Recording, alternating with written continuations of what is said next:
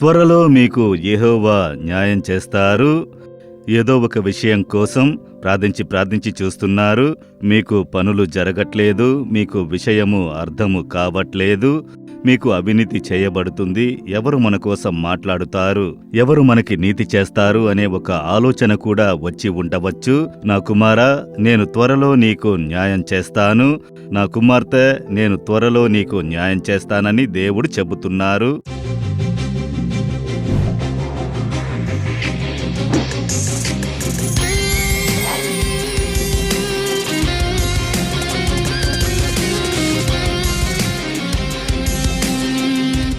ప్రియమైన వారలారా, యేసుక్రీస్తు నామమున మీకు నా ప్రియమైన శుభాకాంక్షలు. ఒక కొత్త నెలలోనికి మనల్ని తీసుకెళ్లిన దేవునికి కోట్లాది స్తుతులు, వందనములు తెలుపుకుంటున్నాము. దేవుడు ఈ సంవత్సరంలోని ఇన్ని నెలలు ఒక్కొక్క నెలలోను ఒక్కొక్క కార్యములోను మనల్ని విశేషంగా అద్భుతంగా నడిపించారు. యెహోవాకి స్తోత్రములు. ఈ కొత్త నెలకి దేవుడు నాకు ఏం వాగ్దానము ఇచ్చి ఉన్నారు అని ఆతృతతో వేచి ఉన్నారు. దేవుడు ఆయన వాక్యాలతో మనకి వాగ్దానంగా ఇచ్చి మనల్ని ఓదార్చి, మనల్ని బలపరిచి, ఆయన వాక్యాల ద్వారా మనల్ని ఆశీర్వదించుటను మనము ఎరిగి ఉన్నాము. దేవుడు ఇచ్చే వాగ్దానము అది నాది, దేవుడు నాకు ఇచ్చిన వాగ్దానము అదొక వాగ్దానమని విశ్వసించి ప్రార్థిస్తే అదేవిధంగా అద్భుతాలు జరగడాన్ని చూడగలము. అనేకులు వచ్చి సాక్ష్యంగా దాన్ని చెప్పడాన్ని నేను విని ఉన్నాను. ఈ నెల కొరకు దేవుడు నాకు ఏం వాగ్దానము ఉంచారు, దేన్ని ఉంచి నేను ప్రార్థన చేసి విశ్వసించి ఆశీర్వాదాన్ని సొంతము చేసుకోవాలి అనే ఆలోచనతో వేచి ఉన్నారు కదా. మీ కొరకు ఈ నెలలో నేను ప్రార్థించున్నప్పుడు లూకా 18వ అధ్యాయం 8వ వాక్యము దేవుడు మీకు వాగ్దానంగా ఇస్తున్నారు. ఆయన త్వరగా వారికి న్యాయము తీర్చును. అంటే త్వరలో యెహోవా మీకు న్యాయము చేస్తారు. ఏదో ఒక విషయం కోసం ప్రార్థించి చూస్తున్నారు. మీకు పనులు జరగట్లేదు. మీకు విషయము అర్థము కావట్లేదు. మీకు అవినీతి చేయబడుతుంది. ఎవరు మన కోసం మాట్లాడుతారు, ఎవరు మనకి నీతి చేస్తారు అనే ఒక ఆలోచన కూడా వచ్చి ఉండవచ్చు. మీ ఇంట్లో కూడా మీకు అవినీతి జరుగుతూ ఉండవచ్చు. మీరు పనిచేసే చోట మీ పై ఉన్న అధికారుల వల్ల మీకు అవినీతి జరుగుతూ ఉండవచ్చు. మీరు యేసుని విశ్వసిస్తున్నందువల్ల మిమ్మల్ని పక్కకు పెట్టి అవినీతిగా నడిపించబడుతూ ఉండవచ్చు. లేదా మీరు నివసిస్తున్న పరిసరాలలో, మీ బిజినెస్ విషయాలలో, మీరు పరిచర్య చేసే చోట అన్యాయంగా కొందరు నిందలను వేసి మీకు అవినీతి చేస్తూ ఉండవచ్చు. ఎవరు నాకు నీతి చేయుట లేదని కలత చెందుతూ ఉండవచ్చు. దేవుడు చెబుతున్నారు, నా కుమారా, నేను నీకు త్వరలో న్యాయము చేస్తాను.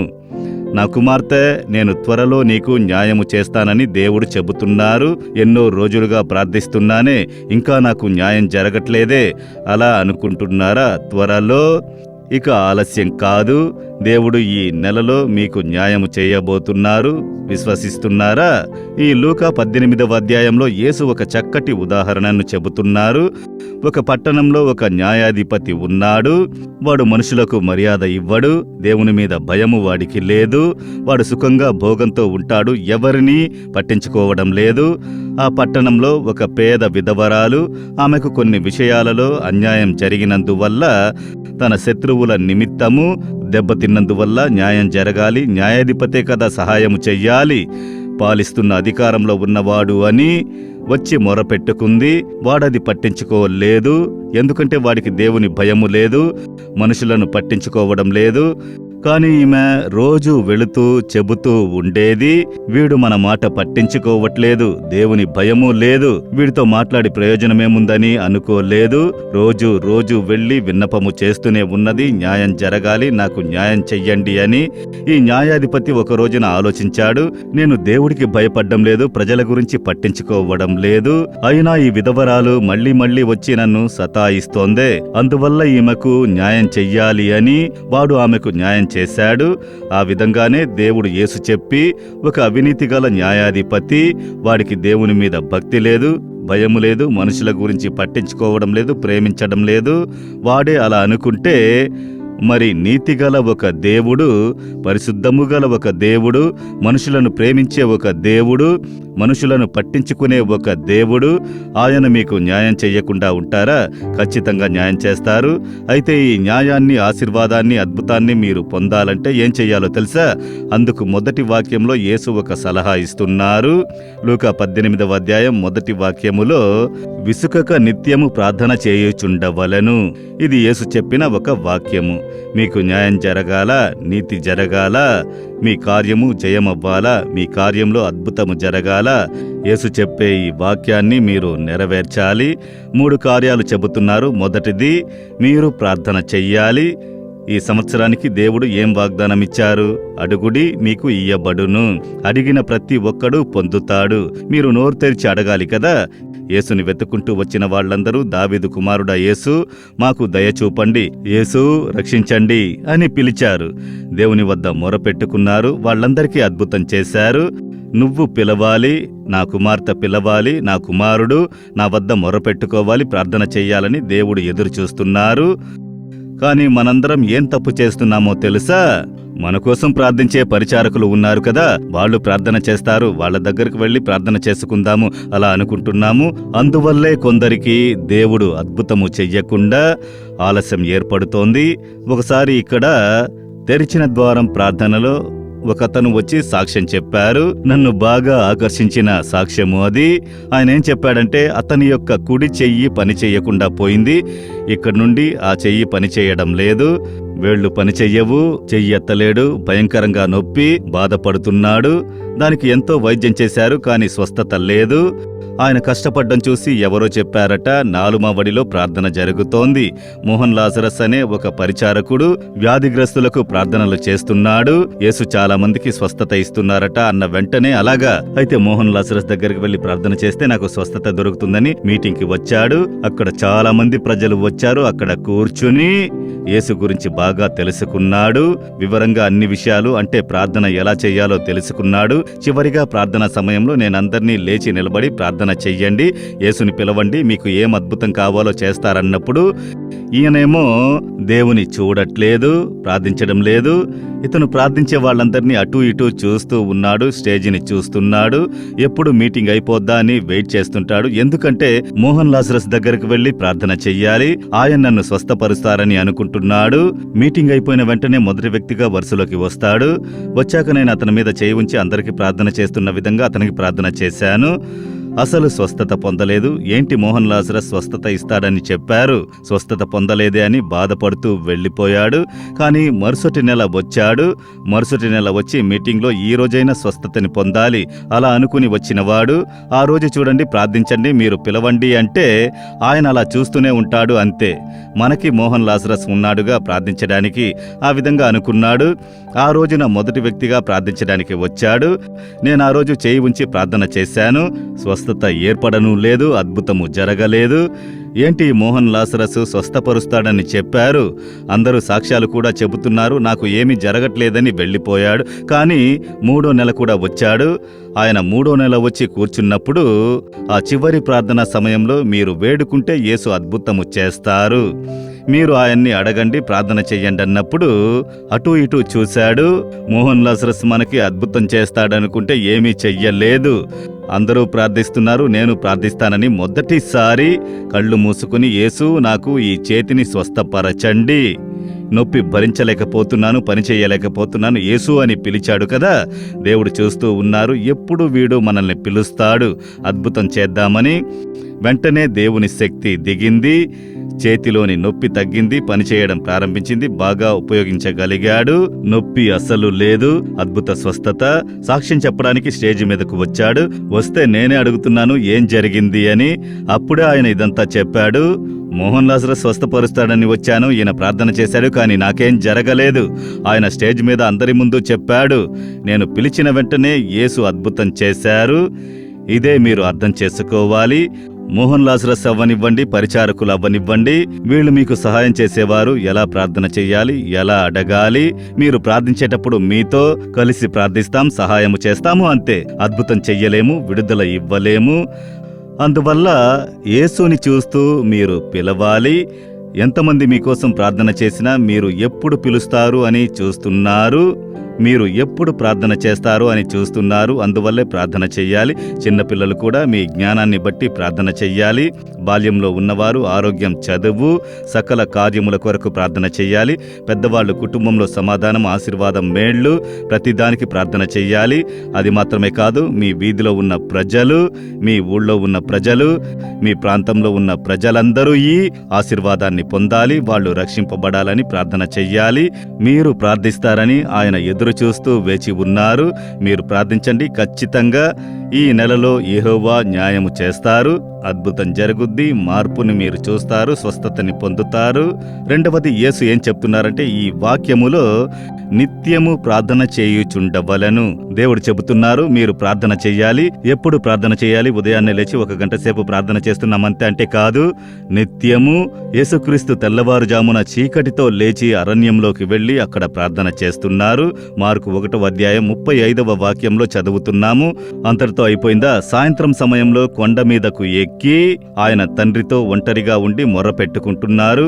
మత్తయి 14:24లో చదువుతున్నాము. కొన్నిసార్లు కొన్ని ముఖ్యమైన తీర్మానాలు తీసుకోవాలా? లూకా 6వ అధ్యాయము 12వ వాక్యంలో చెప్పబడి ఉంది. రాత్రంతయు తండ్రి వద్ద మాట్లాడి ప్రార్థన చేసి ఆయన మంచి తీర్మానము తీసుకున్నారు. ఇదే యేసు మనకు నేర్పించిన పాఠము. అందువల్ల నిత్యము ప్రార్థన చెయ్యండి. అన్ని కార్యముల కొరకు ప్రార్థించండి. తెల్లవారుజామున లేచి స్తుతించండి, ప్రార్థించండి. ఆ రోజున మీరు చెయ్యబోయే కార్యాలన్నింటినీ తెలియజేయండి. నేను తెల్లవారుజామునే లేచి దేవుని వద్ద ప్రార్థన చేసి స్తుతించి ఆ తర్వాత వాక్యాన్ని ప్రతిరోజు నాకంటూ ధ్యానించి ఆ తర్వాత ఏ కార్యాలను ప్రార్థన చెయ్యాలి, నేను ఏ పనులు చెయ్యాలి వాటిని డైరీలో రాసుకుంటాను. ప్రార్థన అవసరతలను, ఈ రోజున ఈ కార్యాలను చెయ్యాలి, నన్ను కలవడానికి వస్తున్నారు, వాళ్ళ కోసం ప్రార్థన చెయ్యాలి, ఈ పరిచర్యలు నెరవేర్చి ముగించాలని అన్నిటినీ రాసుకొని ఈ బాధ్యతలు ఇతరులకు అప్పగించాలి అనే విషయాలు రాసి ప్రార్థన చేస్తాను. దేవుడా, ఈ రోజున ఇవన్నీ నేను చెయ్యాలి, కృపను నాకు ఇవ్వండి, జ్ఞానాన్ని ఇవ్వండి, బలాన్ని ఇవ్వండి. ఆ రోజు రాత్రికి చూశారంటే అన్నీ కూడా చక్కగా చేసి ముగించబడి ఉంటాయి. మీరన్నిటి కోసం ప్రార్థించాలి, ఎల్లప్పుడూ ప్రార్థించాలి. అయితే ప్రతి కార్యము జరిగేటప్పుడు స్తోత్రము చెప్పి ప్రార్థన చేయాలి. దేవుడా, ఇవి చేసి ముగించడానికి కృప ఇచ్చారు, స్తోత్రములు. ఆ విధంగా ప్రతిదానికి స్తుతిస్తూ దేవుని వద్ద ప్రార్థన చేస్తూ ఉండాలి. అయితే ఎల్లప్పుడూ మీరు ప్రార్థన చెయ్యాలి. అందువల్ల ఉదయాన్నే, మధ్యాహ్నము, సాయంత్రము, రాత్రిపూట అన్ని పరిస్థితుల్లోనూ మీరు ప్రార్థన చెయ్యాలి. యేసుక్రీస్తును చూడండి, పరిచర్య చేసిన రోజులలో ఉదయాన్నే ప్రార్థిస్తున్నారు, సాయంత్రం ప్రార్థిస్తున్నారు, రాత్రంతా ప్రార్థన చేస్తున్నారు. అంతటితో ఆగలేదు. ఉపద్రవం వచ్చింది. ఆయన ఒక పెద్ద ఇబ్బంది వచ్చిందని తెలిసి గెత్సెమనే తోటకు వెళ్లి రాత్రిపూట చాలాసేపు ఆయన ప్రార్థన చేస్తున్నారు. ఇప్పుడు ఆయనను ఖైదు చేశారు, కొట్టారు, చిత్రవద చేశారు, ఆయనను బలహీనపరిచారు. రాత్రంతా ఆయనకి నీళ్లు ఇవ్వలేదు, రక్తము కారుతోంది, శరీరమంతా బలహీనంగా మారింది. సిలువలో కూడా ఆయన ప్రార్థన చేశారు. ఆ ఇబ్బంది పడే సమయములోనూ, ఆ ఉపద్రవ సమయములోనూ ప్రార్థించారు. తండ్రి అని మొదటి ప్రార్థన, చివరికి మీ చేతికి నన్ను అప్పగిస్తున్నాను అని ప్రార్థన చేశారు. అయితే ఇబ్బందుల్లోనూ, ఉపద్రవంలోనూ, బాధల్లో కూడా ప్రార్థన చెయ్యాలి. దేవుడు నాకు న్యాయం చెయ్యాలి, నాకు ఈ అద్భుతము జరగాలి. మీరు ప్రార్థించేటప్పుడే దేవుడు అద్భుతము చేస్తారు. మీరు చూశారంటే దావీదు ఒక ఇబ్బందికర పరిస్థితుల్లోకి వెళుతున్నాడు. ఇక్కడ రాసి ఉన్న కీర్తనలన్నీ మీరు చదివి ఉంటారు కదా. క్లిష్టమైన పరిస్థితుల్లో, ఒక ఇబ్బందికరమైన పరిస్థితుల్లో అప్పుడు దేవుని స్తుతిస్తున్నాడు, ప్రార్థిస్తున్నాడు. బాధపడుతున్న పరిస్థితుల్లో ప్రార్థించే ఎన్నో అనుభవాలు చెప్పబడ్డాయి. ఒకసారి దావీదు రాజు పరిపాలించేటటువంటి రోజులవి. సొంత కొడుకు అతని కొడుకే అతనికి విరోధంగా వచ్చి దావీదును చంపేసి తాను రాజవ్వాలని తీర్మానించుకుని సేనలను సేకరించాడు. అయితే దావీదు ఒక యుద్ధ వీరుడు. అతను అనుకుంటే అతని కొడుకునంతా అతనే క్లోజ్ చేసుంటాడు. కాని తన కొడుకుని ప్రేమించినందువల్ల ఎందుకు వాడికి మనము ఒక వేదనను ఏర్పరచాలి, మనం వెళ్ళిపోదాము అని తన కుటుంబం వాళ్లతో కలిసి తన సేనలు, పరాక్రమశాలులు అందర్నీ తీసుకుని అంతఃపురం వదిలేసి వారితో పాటు అరణ్యానికి వెళ్ళిపోతున్నాడు. అతను వెళ్ళేటప్పుడు ఆ మార్గ మధ్యంలో వార్త చెప్పబడినది. అవితోపేలు అనే ఒక మనిషి మంచి సలహాలు ఇస్తాడు. దావీదుకి సలహాదారుడు కూడా. వాడి వద్ద దావీదు సలహా అడిగితే కరెక్ట్గా సలహా ఇస్తాడు. వాడు ఇచ్చే సలహా దేవుని సలహా వలె ఉంటుందట, అలాగే జరుగుద్దట. అటువంటి ఒక కృప పొందిన వ్యక్తిని దావీదుకు దేవుడు ఇచ్చారు. వాడేం చేశాడు? దావీదు కొడుకుతో వెళ్లి చేరిపోయాడు. తన కొడుకుతో వీడు చేరిపోయాడన్న విషయం దావీదుకి చెప్పబడినది. దావీదు ఉన్నటువంటి ఇబ్బందులు, బాధల మధ్యలో వేదనతో నడుస్తూ తన కుటుంబముతో వీరులతో పాటు వెళుతూ ఉన్నప్పుడు ప్రాణాలను అరచేత పట్టుకున్న పరిస్థితి అది. అప్పుడు ఒక ప్రార్థన చేస్తున్నాడు. ఏం ప్రార్థనో తెలుసా? 2 సమూయేలు 15వ అధ్యాయము 31వ వాక్యములో యెహోవా అహితోపేలు యొక్క ఆలోచనను చెడగొట్టమని ప్రార్థన చేశాడు. అంతే ప్రార్థన, ఒక్క నిమిషమే ప్రార్థన. అయితే దావీదుకి ఎల్లప్పుడూ దేవుని స్తుతించే, దేవుని వద్ద ప్రార్థించే అలవాటు ఉండేది. ఉపద్రవాల్లోనూ, సమస్యల్లోనూ, ఇబ్బందుల్లోనూ నడుస్తూ ఉన్నాడు. ఒక ఇబ్బందికరమైన పరిస్థితుల్లో బాధపడుతూ వెళుతూ ఉన్నప్పుడే ఒక ప్రార్థన చేస్తున్నాడు. యెహోవా అహితోపేలు యొక్క ఆలోచనను చెడగొట్టుము. ఎందుకంటే వాడు సరైన సలహాని గాని ఇచ్చాడంటే, అబ్షలోముకి సలహాని ఇచ్చాడంటే ఆ కార్యము చాలా సమస్యల్లోకి తీసుకువెళ్ళిపోతుంది. అందువల్లే వాడి ఆలోచనను చెడగొట్టుము. అంతే ప్రార్థన. అంటే నాకు నీతి చెయ్యండి దేవుడా అనేటటువంటి ఒక ప్రార్థన. ఏం జరిగింది? దేవుడా ప్రార్థనను విని 2 సమూయేలు 17వ అధ్యాయములో 14వ వాక్యాన్ని చూశారంటే, అహితోపేలు చెప్పిన యుక్తిగల ఆలోచనను యెహోవా వ్యర్థము చేయ నిశ్చయించి ఉండెను. అబ్షలోముకి వాడు సలహా ఇస్తున్నాడు, ఇలా చేస్తే నువ్వు దావీదుని జయించవచ్చు, పడగొట్టవచ్చు అంటున్నాడు. కాని దేవుడక్కడ క్రియను చేసి వాడి యుక్తిగల ఆలోచనను దేవుడు వ్యర్థము చేశాను. ఎందువల్ల? దావీదు యొక్క ప్రార్థన. దావీదు ఏం ప్రార్థన చేశాడు? అలాగే సమాధానమిచ్చారు. అహితోపేలు ఆలోచనను మీరు చెడగొట్టేయండి, అబద్ధం చేసేయండి. యెహోవా ఆ ప్రార్థనను విని అలాగే చేశారు. ఈ ప్రార్థనను ఎప్పుడు చేశాడు? దేవాలయానికి వెళ్లి మోకాలు వేసి చేశాడా? ఇంటికి వెళ్లి మోకాలు వేసి చేశాడా? ఒక ఇబ్బంది అయిన పరిస్థితుల్లో, ప్రమాదకరమైన పరిస్థితుల్లో వెళుతున్నాడు, ప్రాణాలు చేతపట్టుకుని ఒక వేదనతో సొంత కొడుకే ఈ విధంగా చేస్తున్నాడు అని ఆ యొక్క పరిస్థితుల్లో ప్రార్థన చేస్తున్నాడు. మీరు నడుస్తూ ఉండగానే ప్రార్థన చేయొచ్చు, ఆఫీసులో చెయ్యొచ్చు, బిజినెస్ చేసేటప్పుడు చెయ్యొచ్చు. చిన్న చిన్న కార్యముల కొరకు కూడా ప్రార్థించడం నేర్చుకోండి. ఒక సమస్య వస్తే వెంటనే దేవుని వద్ద 1 నిమిషం ప్రార్థన చేయండి. ఆ 1 నిమిషం ప్రార్థన ఆఫీసులో విషయాలను మార్చేస్తుంది. 1 నిమిషం ప్రార్థన మీ బిజినెస్ లో కార్యాలను మార్చేస్తుంది. 1 నిమిషం ప్రార్థన మీ ఇంట్లో కార్యాలను మార్చేస్తుంది. సరిగ్గా ప్రార్థించాలి. అందుకే యేసు చెబుతున్నారు, ఎల్లప్పుడూ ప్రార్థన చెయ్యండి, అన్నిటి కోసం ప్రార్థన చెయ్యండి, అన్నిటినీ దేవునికి తెలియజెయ్యండి. ఫిలిప్పీయులకు 4:6లో ఏమున్నది?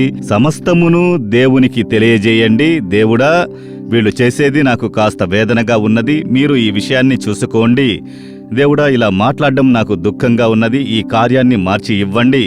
దేవుడా, పని విషయంలో వీళ్ళు నాకు అడ్డుపడుతున్నారు, మీరు నాకు సహాయం చెయ్యండి. దేవుడా, నా బిజినెస్ లో వీళ్ళు అడ్డం వస్తున్నారు, దాన్ని మీరు తొలగించండి. అదే ప్రార్థన. చిన్న చిన్న కార్యముల కొరకు మనం ప్రార్థించడం నేర్చుకోవాలి. నేను ఆ విధంగానే చిన్న చిన్న విషయాలకు కూడా అప్పుడప్పుడు హృదయంలో ప్రార్థనలు చేస్తూ ఉండాలి. అదే యేసు చెబుతున్నారు, ఎల్లప్పుడూ ప్రార్థన చేయండి, ప్రార్థన చేస్తుండాలి. దావీదు మాత్రం ప్రార్థించకుండా ఉంటే దేవుడు ఏమీ చేసి ఉండలేరు. ఎందుకంటే దావీదు మొర్ర పెట్టుకుంటేనే దేవుడు చెయ్యగలరు. మీరు ప్రార్థన చేస్తేనే దేవుడు ఆ కార్యములో అద్భుతం చెయ్యగలరు. యెహోవా మీకు న్యాయము చేస్తారు. మీరు మొర్ర పెట్టుకోవాలి కదా. ఆ విధవరాలు ప్రతిరోజు ఆ న్యాయాధిపతి వద్ద మొర్ర పెట్టుకుంటూనే ఉంది, ప్రతిరోజు ఆయన్ని వెంబడిస్తూ చెబుతూనే ఉన్నది. అందువల్ల ఆమెకు న్యాయం జరిగింది. అయితే ప్రతిరోజు మీరు దేవుని వద్ద చెప్పాలి. వెంటనే సమాధానం రాకపోయినా ప్రతిరోజు మీరు మొర్ర పెట్టుకుంటూనే ఉండాలి. అప్పుడే అద్భుతం జరుగుద్ది. దేవుడు ఎదురు చూస్తున్నారు. అది దేవుడు ఇచ్చే సలహా. ఎందుకంటే మన ప్రార్థనను బట్టి దేవుడు అక్కడ పని చెయ్యగలరు. అందువల్లే దేవుడు మిమ్మల్ని ప్రార్థన చేయండి, ఎల్లప్పుడూ ప్రార్థన చేయండి అని చెబుతున్నారు.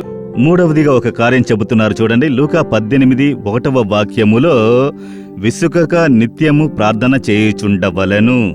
ముందు చెప్తున్నారు, మీరు ప్రార్థించాలి. నా బిడ్డల్లారా, మీరు ప్రార్థించాలి. నా కుమారా, నువ్వు ప్రార్థించాలి. కుమార్తె, నీ కార్యమా, నువ్వు ప్రార్థించాలి. మీ కుటుంబం కోసం నువ్వు ప్రార్థించాలి. నీ భర్త, నీ పిల్లలు, నీ భార్య, నీ అత్తగారు, నీ తల్లిదండ్రులు, నీ అవసరాలు, నీ ఆరోగ్యము, దానికోసం నువ్వు ప్రార్థించాలి. నువ్వు ప్రార్థిస్తేనే కదా నువ్వు అడిగిన అద్భుతాన్ని చెయ్యగలను. అడుగుడి ఇయ్యబడును, అడిగే ప్రతి ఒక్కడు పొందుతాడనే కదా మాట ఇచ్చాను. నువ్వు అడగాలి. దేవుడు చెబుతున్నారు, అన్ని విషయాల గురించి అడుగు, అన్ని విషయాల గురించి అడుగుతూ ఎల్లప్పుడూ ప్రార్థన చేస్తూ ఉండు. ఒకసారి ప్రార్థన చేసి దాన్ని మర్చిపోయి ఉండిపోకు. రోజంతా ఏదో ఒక కార్యం గురించి హృదయం నుండి ప్రార్థన చేస్తూ ఉండు. ఆ విధంగా దేవుడు చెబుతున్నారు. ఎలా ప్రార్థించాలంటే విసిగిపోకుండా. ఎందుకు దేవుడు ఈ మాటని చెబుతున్నారంటే, ప్రార్థనకి సాతాను విరోధంగా ఉపయోగించేటటువంటి ఆయుధాలలో ఒకటి విసిగిపోవుట. నువ్వు ప్రార్థన చేసి ఏం పొందావు? నువ్వు ప్రార్థిస్తున్నావు, ప్రతిరోజు ప్రార్థిస్తున్నావు, ఏం జరిగింది? మీ ఆఫీసులో అంతా అలాగే ఉందిగా? మీ ఇంట్లో ఏదైనా మార్పు వచ్చిందా? ఏదైనా మేలు జరిగిందా? మీ అప్పుల సమస్య అలాగే ఉంది కదా? ఇంట్లో కరువు అలాగే ఉందిగా? నీ వ్యాధి స్వస్థత పొందిందా? అలాగే ఉందిగా? మరి ప్రార్థన చేసి ప్రయోజనమేముంది? నువ్వు ఇన్ని రోజులుగా ప్రార్థన చేస్తున్నా ఏమీ జరగలేదుగా? వెంటనే అవును, ప్రార్థన చేసి ప్రయోజనమేముంది అనేటటువంటి ఒక విసుగు వస్తుంది. సాతాను ఒక ప్రార్థనని అడ్డగించడానికి ఉపయోగించే ఆయుధమే విసుగు. మీరు విసిగిపోయారు కదా? అవునయ్యా, నేను 5 సంవత్సరాలుగా ప్రార్థన చేస్తున్నాను, ఏ మార్పు లేదే. 10 నెలలుగా ప్రార్థిస్తున్నాను, ఏమీ జరగట్లేదు. ఈ గర్భపు ఆశీర్వాదం కొరకు నేను 3 సంవత్సరాలుగా ప్రార్థన చేస్తున్నాను, నాకు మాత్రం ఏమీ జరగట్లేదు. వాళ్లకు జరుగుతుంది, వీళ్లకు జరుగుతుంది, సాక్ష్యం చెప్తున్నారు, నాకు మాత్రం ఎందుకు జరగట్లేదు? మనసులో ఒక విసుగు. అందువల్ల ప్రార్థించి ఏం సాధించావు? ప్రార్థించినా ప్రార్థించకపోయినా జరిగేది జరుగుతుంది. జరుగుతున్న దాన్ని గురించి విసుగు. ఇది అపవాది ఉపయోగించే ఒక ఆయుధము. అందువల్ల యేసు చెబుతున్నారు, విసిగిపోకుండా ఎల్లప్పుడూ ప్రార్థన చెయ్యాలి. ఆ విధవరాలు చూడండి, ఈ న్యాయాధిపతి వాడు దేవునికి భయపడనివాడు, మనుషులకు మర్యాద ఇవ్వడు. ఈమె వెళితే పట్టించుకోలేదు, ఆమె విసిగిపోలేదు. మరుసటి రోజు వెళుతుంది, అప్పుడు ఆమెను పట్టించుకోలేదు, విసిగిపోలేదు. మరుసటి రోజు వెళుతుంది, మరుసటి రోజు వెళుతుంది. ఆ విధంగా ఆమె ప్రతిరోజు వెళుతుంది, ఆమె విసిగిపోలేదు. ఏదో ఒక రోజు అతని మనస్సు మారుతుంది, నా వైపు చూస్తాడు, నా విషయములో న్యాయం చేస్తాడు. ఆ విశ్వాసముతో రోజు వెళుతూ ఉన్నది. అదే మనము చెయ్యాలి. మూడి ప్రసంగి అని ఒక ప్రఖ్యాతిగాంచిన పరిచారకుడు ఉండేవారు అమెరికా దేశంలో. ఆయన ద్వారా చాలా మంది రక్షింపబడ్డారు, దేవునిలోనికి వచ్చారు, ఆయన ద్వారా ఆశీర్వదించబడ్డారు. ఒక రోజున ఒక సహోదరి వచ్చి చెప్పారు, అయ్యా, విసిగిపోకుండా ప్రార్థన చెయ్యండని మీరు చెప్పారు. నేను నా భర్త రక్షింపబడాలి. మద్యపానం తాగుతున్నాడు, కుటుంబాన్ని పట్టించుకోవట్లేదు, దుర్మార్గుడిగా తిరుగుతున్నాడు. అతడు రక్షింపబడాలని 5 సంవత్సరాలుగా ప్రార్థన చేస్తున్నానయ్యా, ఏమీ జరగలేదు, మార్పు రాలేదు. అయితే ప్రార్థన చేసి ప్రయోజనం ఏముంది? విసుగే వస్తుంది. వెంటనే ఈ పరిచారకుడు తన ప్రేయర్ డైరీలో రాసి ఉంచుకొని ప్రార్థన చేస్తారు కదా, అది చూపించారట. నా యొక్క స్నేహితులు, నేను రక్షింపబడ్డానికి ముందు నాకు బాగా స్నేహితులుగా ఉన్నవారు, వీళ్ల కోసం నేను పేర్లు రాసుకుని మరీ ప్రార్థన చేస్తున్నాను. 15 సంవత్సరాలుగా ప్రార్థన చేస్తున్నాను, ఇంకా వాళ్ళు రక్షింపబడలేదు. అయినా నేను ప్రార్థనని వదలలేదు. ఖచ్చితంగా ఒక రోజున వీళ్ళు రక్షింపబడతారు, దేవుడు రక్షిస్తారనే నమ్మకంతో ప్రార్థిస్తున్నానన్నారు. అలాగా ఇంత పెద్ద పరిచారకుడు 15 సంవత్సరాలుగా ప్రార్థించినా అద్భుతము జరగలేదా? ఇంకా విశ్వాసంతో ప్రార్థిస్తున్నారా? సరే అయ్యా, నేను వదలను, ప్రార్థిస్తాను. నా భర్తను దేవుడు రక్షించేంత వరకు నేను ప్రార్థిస్తాను. ఆ విధంగా ఆ విసుగుని వదిలేసి ఉత్సాహంగా ప్రార్థించడం ప్రారంభించారు. విసిగిపోయారా? ప్రార్థించి కుటుంబం రక్షింపబడలేదు, అప్పుల సమస్య తీరట్లేదు, వ్యాధి తొలగట్లేదు, అప్పులు పెరుగుతున్నాయి, ఒక న్యాయము లేకుండా కష్టపడుతూ ఉన్నాము. ఏ రోజున ఇది మారుతుందని విసిగిపోయి ఉన్నారా? దేవుడు మీకు ఒక సమాధానం ఇస్తున్నారు, నా బిడ్డల్లారా. త్వరలోనే నేను మీకు న్యాయము చేస్తాను. దానికేం చెయ్యాలట? దేవుడు చెబుతున్నారు, దేవుడు తాను ఏర్పరచుకునిన వారు దివారాత్రులు తన్ను గూర్చి మొర్రపెట్టుకొనుచుండగా వారికి న్యాయము తీర్చడా? రాత్రింబవళ్ళు పిలుస్తున్నారు, యేసు యేసు, సహాయము చెయ్యండి, కాపాడండి, అద్భుతము చెయ్యండి, స్వస్థత ఇవ్వండి, విడుదల ఇవ్వండి. రాత్రింబవళ్ళు ప్రార్థిస్తున్నారు. అదే దేవుడు చెబుతున్నారు. దేవుడు తనను చూసి రాత్రింబవళ్ళు పిలిచే మీరు రాత్రింబవళ్ళు పిలుస్తున్నారా? ఎల్లప్పుడూ ప్రార్థన చేయండి, ఎల్లప్పుడూ పిలవండి, ఆ విషయాన్ని మళ్ళీ మళ్ళీ చెప్పండి, మళ్ళీ మళ్ళీ అడగండి. ఇందులో అద్భుతము చెయ్యండి, ఇందులో విడుదల ఇవ్వండి, ఈ కార్యములో నీతి చెయ్యండి, మాకు ఇది జరగలేదు. మళ్ళీ మళ్ళీ పిలిచేటప్పుడు తమచే ఎంచుకొనబడిన వారు, మీరు ఎంచుకొనబడిన వారు, అందువల్ల యేసుని ప్రేమిస్తున్నారు, విశ్వసిస్తున్నారు. వాళ్ళు ఎంచుకొనబడ్డవారు. మిమ్మల్ని ఎలా ఆయన తృణీకరిస్తారు? ఆయన దీర్ఘశాంతము గలవారుగా ఉండి న్యాయము చేస్తారట. మనము ఉదయాన్నే ప్రార్థన చేస్తాం, సాయంత్రం జరిగిపోవాలనుకుంటాం, అలా చెయ్యరు. ఇవాళ ప్రార్థిస్తాం, రేపు అన్ని తలక్రిందులుగా మారిపోవాలనుకుంటాం, అలా కాదు. ఆయన అన్నిటినీ వాటి వాటి కాలాల్లో గొప్పగా చేసేటటువంటి దేవుడు. అలా లేఖనంలో చూస్తున్నాము. దానికి టైం ఉంచారు. కొన్ని కార్యాలకు మీరు ప్రార్థించిన వెంటనే అద్భుతం జరుగుద్ది, కొన్ని విషయాల్లో ప్రార్థించిన మరుసటి రోజే అద్భుతం జరుగుద్ది, కొన్ని విషయాలకి ప్రార్థించిన ఒక వారంలో అద్భుతం జరుగుద్ది, కొన్ని విషయాలకి కొన్ని నెలల తర్వాతే అద్భుతాలు జరుగుతాయి, కొన్ని కొన్ని విషయాలకి కొన్ని సంవత్సరాల తర్వాతే జరుగుతాయి. ఎందుకంటే దేవుడు ప్రార్థనని విన్నారు, దానికి తగిన సమయంలో సమాధానము ఇస్తారు. దానికోసం సమయము, దానికోసం పరిస్థితులు అన్నీ దేవుడు చూస్తూ ఉంటారు. తగిన సమయములో బదులు ఇస్తారు. ఎంతకాలమండి వేచి ఉండాలి అనుకుంటున్నారా? త్వరలోనే.